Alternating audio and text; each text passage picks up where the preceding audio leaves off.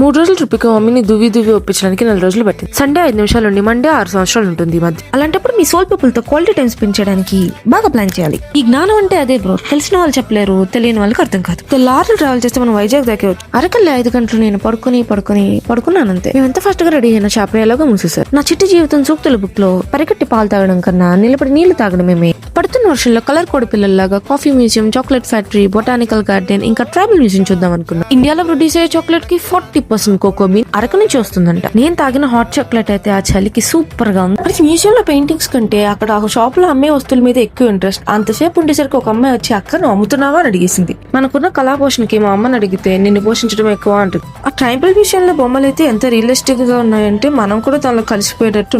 ఆ వృత్తులు, వాళ్ళ కల్చరు, మొత్తానికి అందరూ మన పూర్వీకులే కదా. ట్రేసెస్ ఆఫ్ ద పాస్ట్ లాగా వాళ్ళు వాడే ఇలాంటి చేట గరిట కొన్ని మైండ్ లో కూడా ఉన్నాయి. అన్ని చూసేలా యాంగ్జైటీ లేకపోతే చూసిన ప్రతిదీ నచ్చుతుంది. ఇలా మా డే 1 కంప్లీట్ అయింది. ఫాలో చేసి లైక్ చేస్తే నెక్స్ట్ బ్లాగ్ లో మళ్ళీ కలుద్దాం.